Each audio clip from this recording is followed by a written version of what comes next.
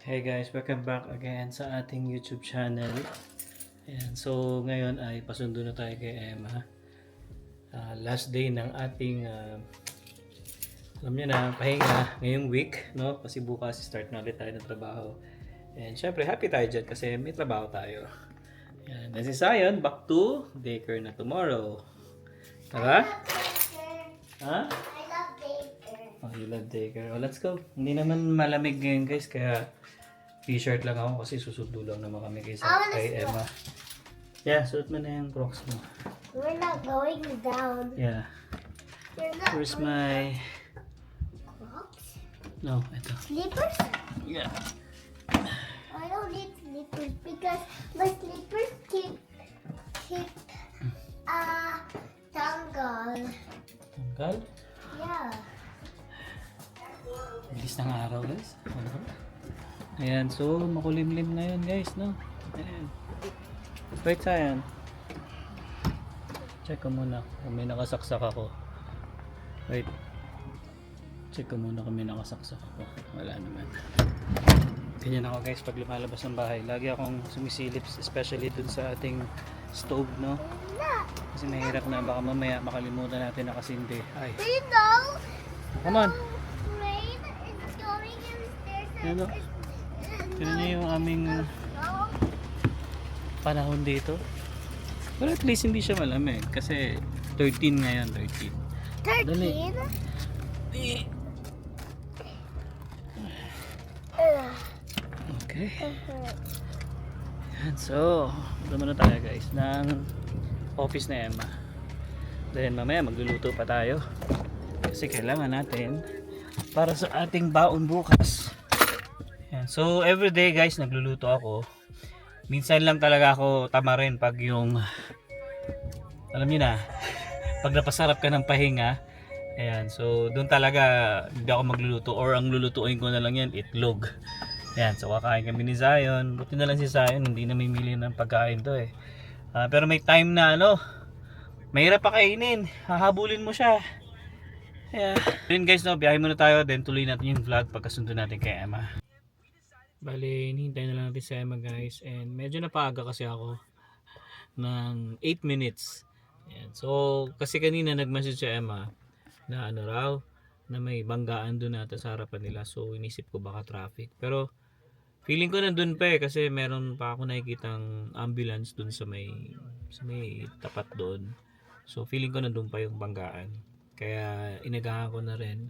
And yeah, pakita namin sa inyo guys mamaya, no? Hindi ko alam kung ano nangyari. Basta sinadla sa akin ni Emma yung picture kasi siguro dun sa area niya kita yung kabilang side na to. Kasi yung kabilang side na to guys, ano na siya, yun yung daanan. So, alamin natin mamaya guys kung anong lagay nung sasakyan. So, nandito na ang ating mahal na asawa. Talagang inlove sa akin to eh. Grabe ka naman. That's Ayan, fake news. sabi ko may banggaan dyan. Oo, Andyan yun. pa eh. Andyan pa Yun din yung yung area talaga na mahirap talaga likuan, di ba? Oh, yun dun sa Wala area kasing na yan. stop sign. Yeah. Hawakan mo na. So, yan yung like car accident directly in front sa office namin. Yan, kitang-kita namin yung ambulance, yung fire department, and yung police. Tapos naglilinis nga sila ng nabasag na mga windshield. Tapos yung airbags yan na-deploy. So, paano mo napansin mo lang? nakita, diretso eh. Nakita muna ni Jane, yung kasamahan ko. Kasi kami ni Paula, galing sa SAIT. Yan, may event kasi kaming in-attendan. So pagdating namin, yun nga, nakita namin medyo slow down yung traffic doon. Dumaan din kami doon. And then, yun, nung umakyat na kami sa office, mas talaga tanaw yung naging accident. So, 'di ba maganda yung weather ngayon, guys? So, hindi nag-i-snow, hindi wet or slippery kasi medyo malamig kanina.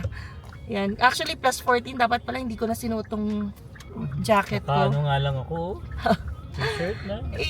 Pag kasi pag aalis sa office yan, diretso suot na pero mainit na pala, guys, plus 14. So, madadaanan natin yung accident, no? Doon ka ba o traffic? Yan. So, naglilinis pa rin until now. Yan.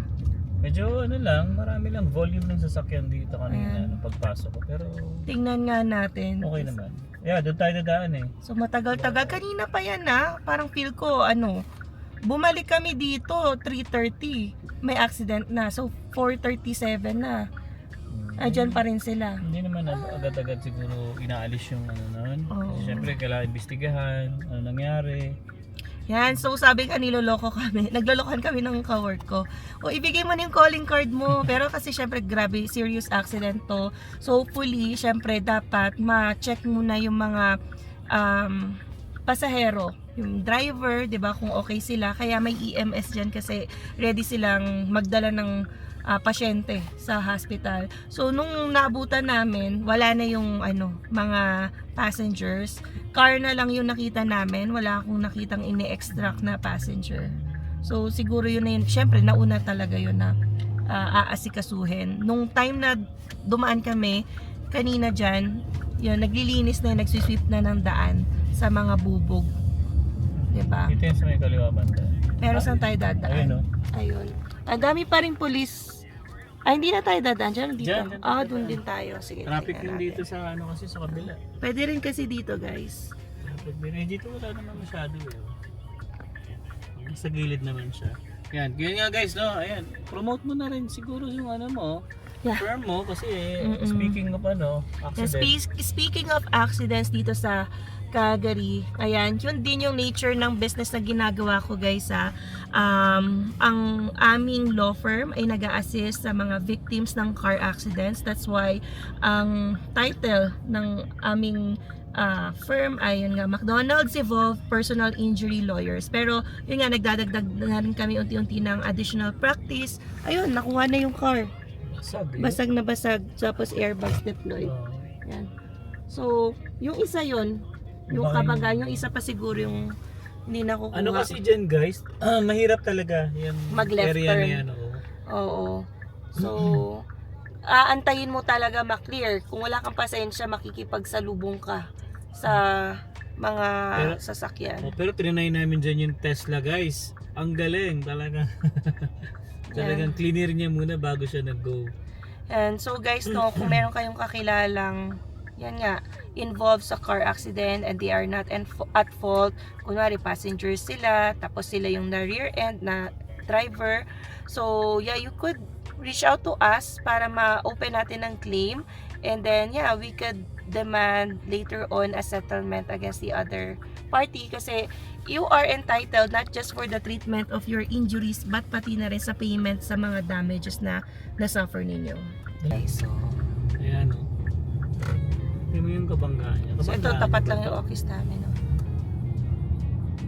So ito yung kabanggaan. Ayun, nabasag din eh. Ito kasi itong area na to, mahirap talaga dito eh. Mahirapan dyan eh. Kaya ikaw nga umiikot din talaga. Oo, ayoko dumaan dyan. Mahirap. Ang hirap pumasok talaga. Wala kasing stoplight dyan eh. So yun guys, no, nakita nyo naman, kahit hindi nag-i-snow, hindi madulas ang daan, mag-ingat pa rin talaga dapat sa daan. Hindi mo masabi kasi, 'di ba, parang ikaw, pwedeng nag-iingat ka, pero yung other drivers, pwedeng hindi nagpi-pay attention or napakabilis ng speed o hindi marunong mag-give way para sa iyo. Pag So, inabot ka talaga ng malas guys. Yan. Ako, kahit anong ingat mo sa pagdadrive, wala. ang maganda lang dito sa Canada, very mandatory ang car insurance. So, syempre, galing tayong Pilipinas, hindi lahat ng tao na may car sa Philippines ay may insurance. Alam natin yan. Ang So, nire-required lang naman sa atin sa Pilipinas, yung mga bago. mm-mm. Pag kukuha ka ng bagong sasakyan, yan, kailangan mo talaga ng insurance. Parang tayo, di ba? Ang 1 year natin, nasa 25,000 ata. Yan. So, reasonable amount. Dito, Dito, lalo ako. na sa Alberta ha. Syempre sa ibang provinces, okay and reasonable yung amount. Dito ang mahal, guys, ng car insurance. Sa amin na lang guys, ang binabayaran namin sa 300. insurance ay Less than 300 less than 300. a month. Kasi bago pa lang tayo dito guys sa Canada. Although wala naman tayong fault na ginagawa, pagka nagsisimula ka kasi dito, talaga medyo mataas. Yeah, magbibuild ka pa ng history. Pero grabe, iba-iba rin yung situation kasi may mga nakikita din ako nagbibigay ng like statement na siya nga daw wala siyang accident for the past 15 years pero ganito pa rin, 290 plus pa rin daw yung insurance niya for this car. Syempre parang ang hirap maka-aim ng mga hundreds na insurance na everything is covered. Yung iba kasi one way lang. Yung insurance nila hindi comprehensive, hindi everything is covered. So mas delikado rin naman yon kung hindi ka kumukuha ng coverage para sa iyong car or nililimit mo lang para magtipid. Normally, ang mga one-way, yan yung mga medyo old na yung Old sasakyan, car guys. na Yan. kapag na kunwari na bangka, okay lang Oo, kahit diba? hindi na i-salvage o i-repair. Pero kapag ano kasi din talaga brand new or finance required yan. Kasi protection din yan ng lender. Yan. So, yun dito talaga napakamahal and sa paparating pa nga na bagong batas nga na Care First, which is we don't support it. Hopefully hindi matuloy kasi malilimit yung rights ng mga victims ng car accident sa pagki-claim ng damages that they are entitled. So we are fighting against it. But yeah, hopefully hindi matuloy kasi expected yan na i-implement by January 2027. Uy, lapit na. Yan. Di ba? I don't know if everyone in Alberta is knowledgeable about it kasi it can damage or affect your rights. Kung kayo yung maaksidente, magiging limited lang kayo sa pagki-claim. Yan, you will be dealing with just insurance companies.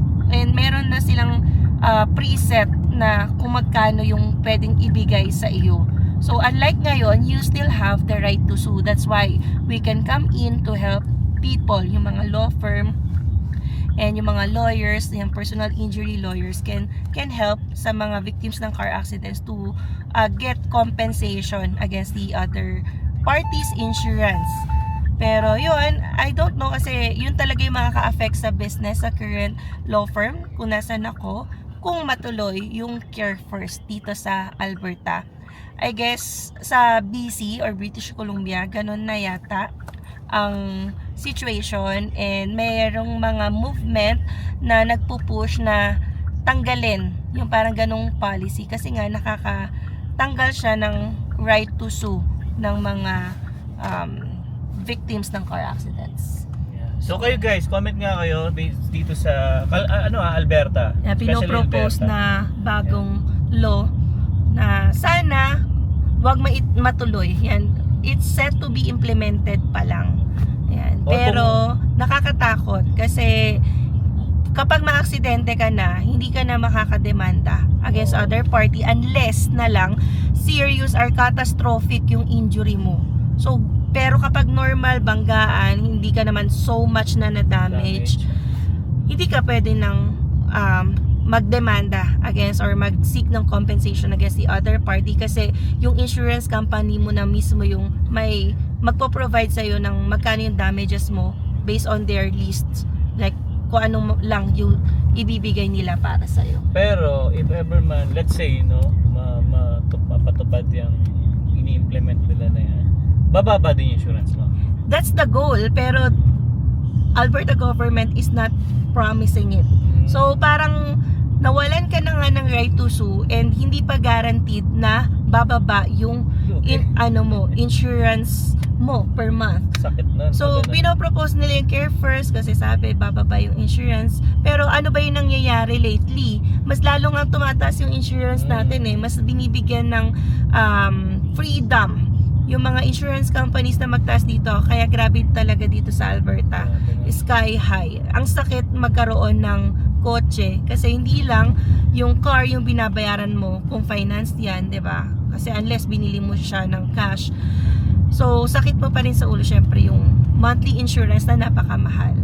Kaya dapat syempre mag-participate din yung public na i-voice out yung kanilang concerns na hindi kasang-ayon sa magiging Care First. That's why last time nung November katapusan yon, naalala ko yan, na-share ko na rin dito sa vlog.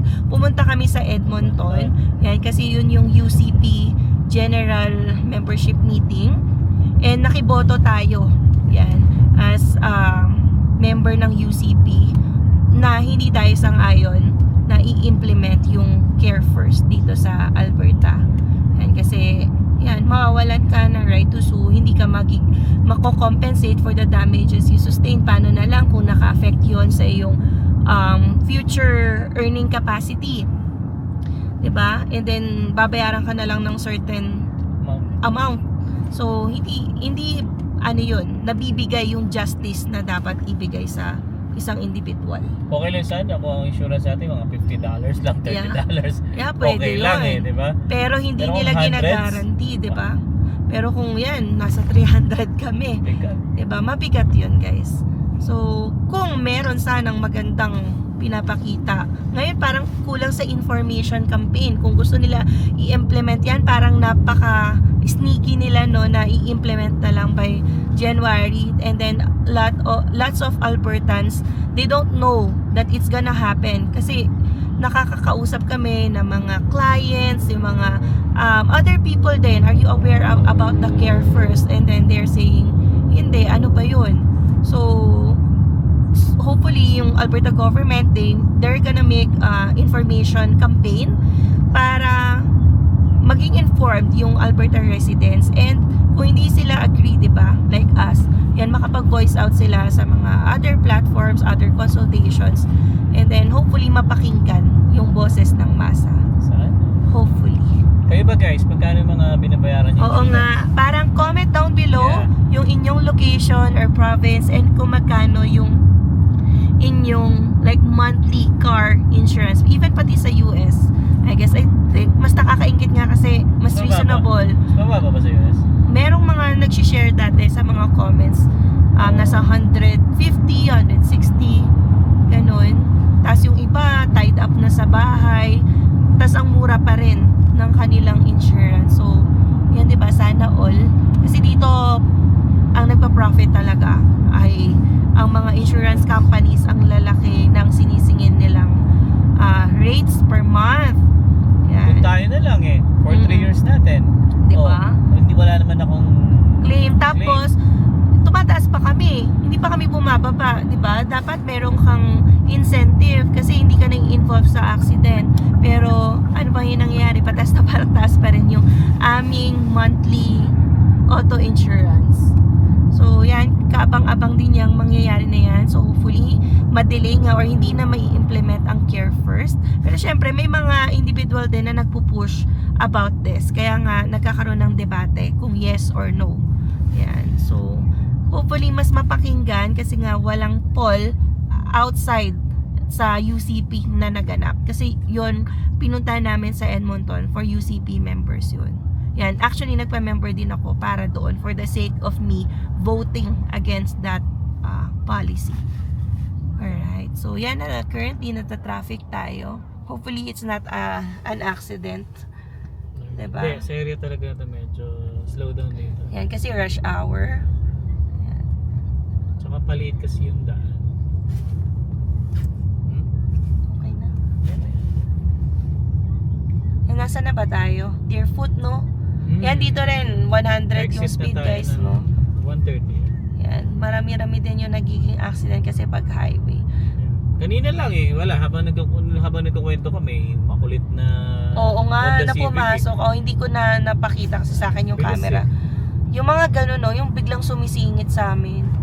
Parang walang concern kahit Kaya ano lang yung sa speed. Nagmamadali, wala na nga sa harap namin.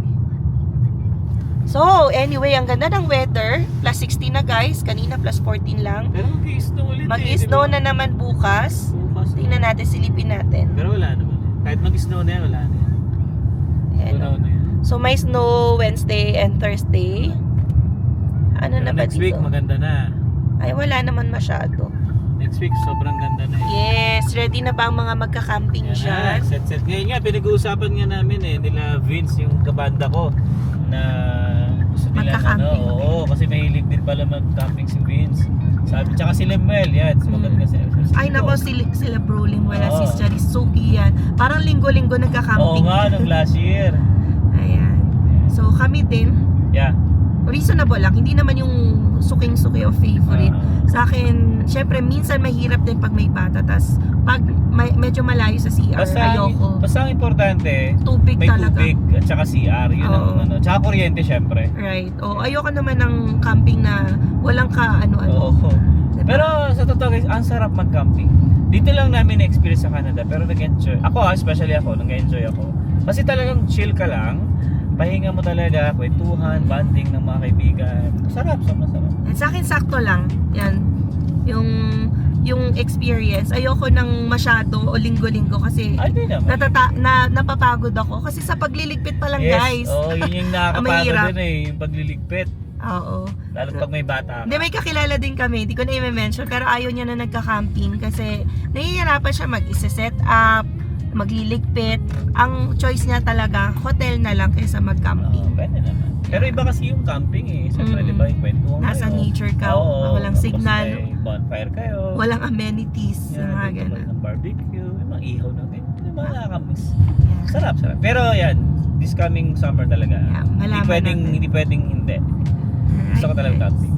So, yun lang. I think, ayan, hanggang dito na lang muna Yes. ang aming vlog at malapit na tayo sa ating bahay. Ayan, pahinga na rin muna tayo and yun ang ating update for today, no? Magluluto pa ako Ang mamaya. car accidents and yung mga update din sa changes ng law about auto industry dito. Yes, sir. Alright guys, so sa mga hindi pa po nakasubscribe, you can consider subscribing po and don't forget to click the notification bell para updated din kayo sa aming latest video uploads. So yeah, we'll see you again on the next one. Peace. Peace!